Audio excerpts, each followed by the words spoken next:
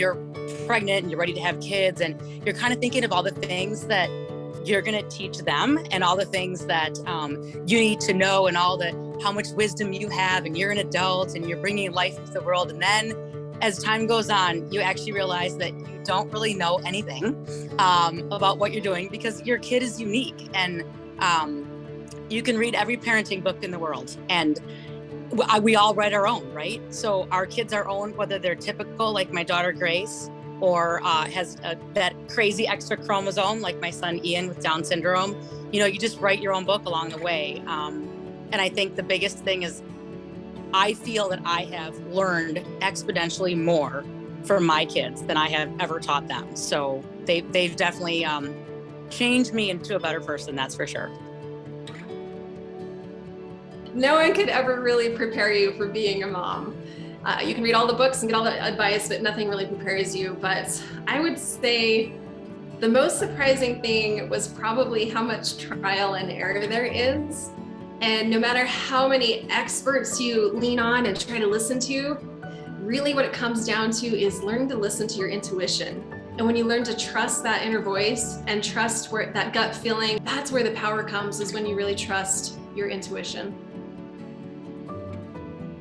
You learn pretty quickly that there's no such thing as a perfect mom. And I have learned to apologize to my son quite often, and just to remind him that mom is human, just like everyone else. And I hope that he will give me the same grace that I hope to give him and everybody else that I encounter. But boy, that was something, because I've always been very kind of rigid, I guess. I hate to say that, but just very just structured, and you can't, motherhood is gray and the lines blur and they curve. And so I've learned to just learn to be agile and flexible. And so that's helped me a lot in just every area of my life. But motherhood did that. I do have high expectations for myself of what things are going to look like. And,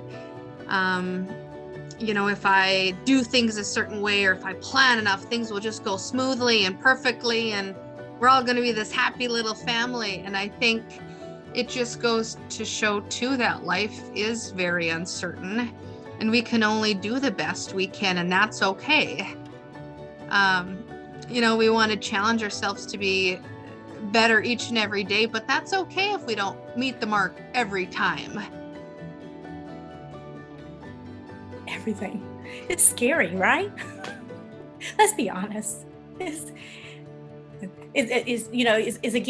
that word, right? Am I going to fail? What does that look like? How am I going to make this happen?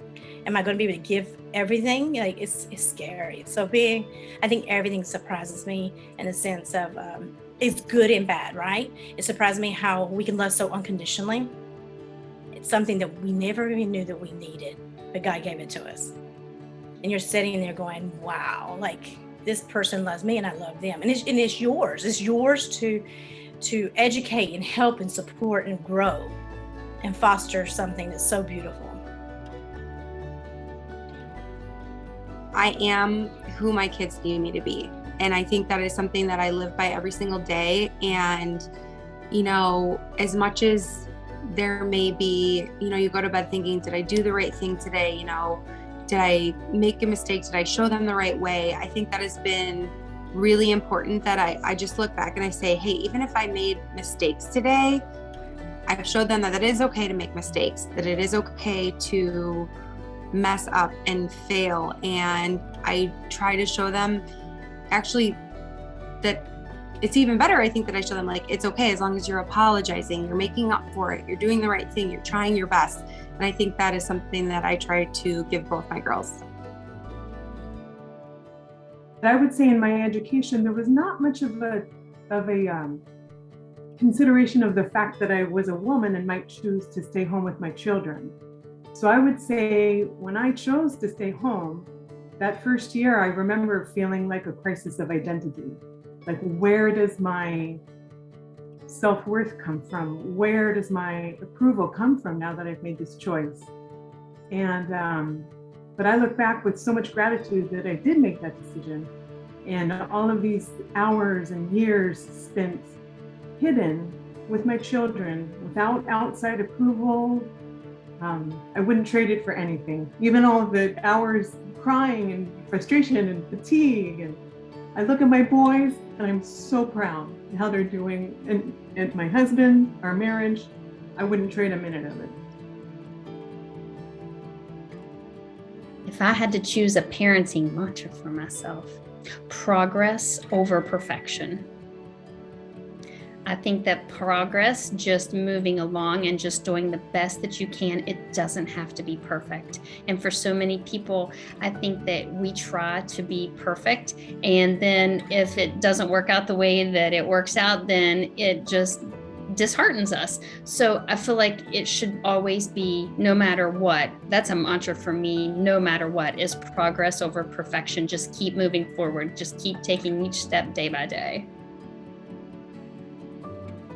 What I found out about being a mother is I'm not right. Sometimes I'm wrong. And admitting when you're wrong is kind of hard sometimes. But I think knowing that my kids see me as a regular person and making mistakes and admitting my mistakes has helped them in their journeys too. I love the fact that when I look at my children, the wonderful adults that they have come to be, even through all the difficulties they've had in the last couple of years, they're very strong individuals. And knowing that my husband and I had a hand in it is wonderful. You go through so much as a parent, don't you? You know, I mean, you just have the gamut, you know, of like moments of joy and moments of terror and moments of, you know, fury and just all of the emotions. You run through them. But, you know, now that I'm kind of beyond the typical parenting years, I look back and just think I wouldn't trade a single second, even the really hard things, even the really difficult moments, I wouldn't trade. I just look back and I just go, oh my gosh, all of those things have built a wonderful life and a wonderful set of human beings. And I'm like, amazing. So just to treasure every single painful, wonderful, blessed, hilarious moment. The immediate love that I felt when I first met my firstborn in the delivery room, and oh my goodness, that was overwhelming. And then the fear that something could happen to him. I had to learn to manage that so I wouldn't be a nervous Nelly all the time and hovering to protect them. And then I think the mama bear, you know, that lives inside. Land sakes, I had to cage her. She's still in there, but caged. And my cubs are just in their 40s and 50s. And then the joy, the amount of joy that comes from experiencing life with your kids, and then your grandkids, and then just more recently for us, for the opportunity to see our kids be grandparents, and then that joy is multiplied even more. So it's so extreme emotions that there's nothing quite like it. What surprises me most about being a mom is how much of my heart, sorry, I'm gonna cry, how much of my heart gets involved. You know, people say, you hear cliches, but until you're a mom, you don't realize how true they are. And the one about, you know, when you have children, your heart is carried around in someone else's skin. I think that the ability to have your heart and love someone or several people so much, but then also know that you don't have the ultimate control. In the end, I think that was so surprising. I just didn't realize how much of me it would grow. Your heart grows in the process.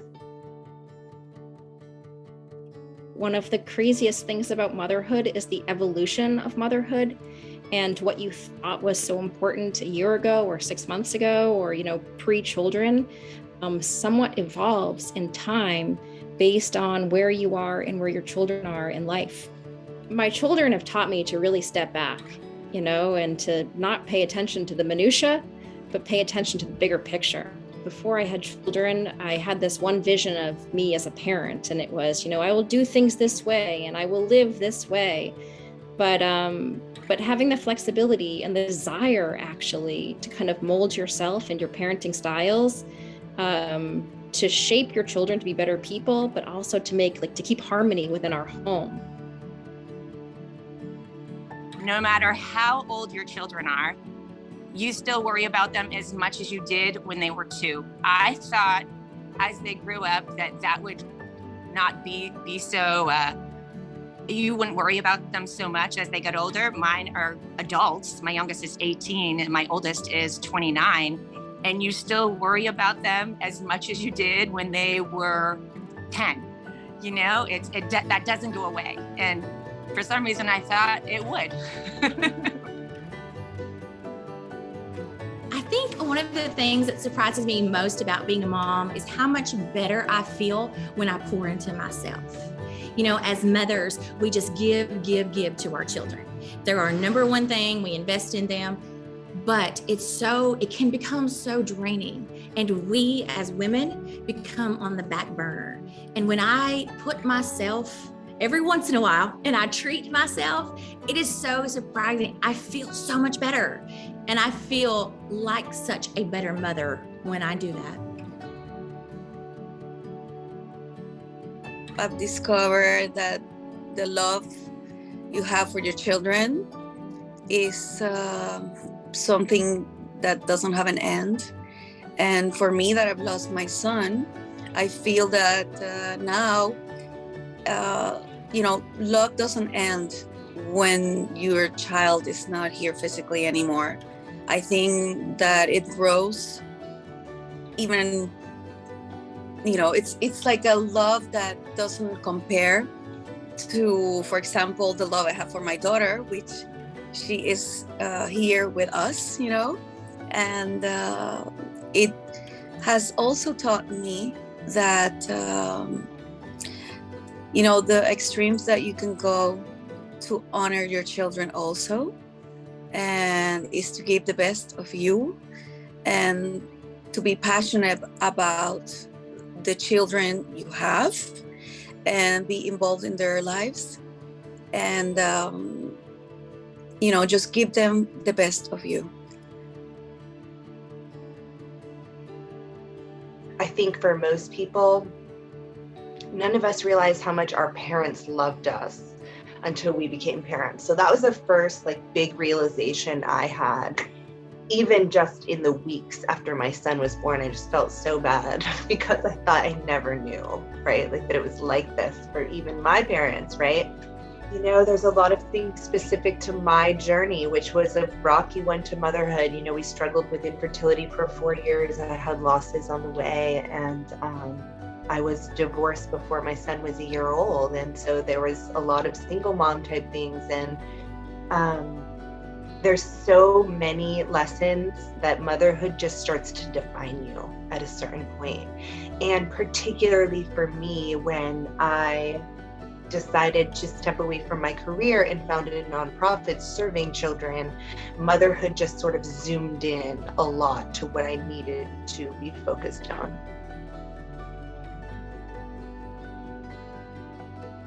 I think that there's just a stigma that surrounds motherhood that people think they have to level up or measure to perfection. And when you're in relationship or conversation with women and they share their weaknesses, they truly are strengthened by knowing that you don't have to be perfect. And there's a freedom and a fierceness that comes along with saying, hey, this is me, this is how we do things, and it's awesome. And just having the forgiveness within yourself when you don't meet the mark. And it's okay, the laundry can pile up and you can go to bed early, it's all right.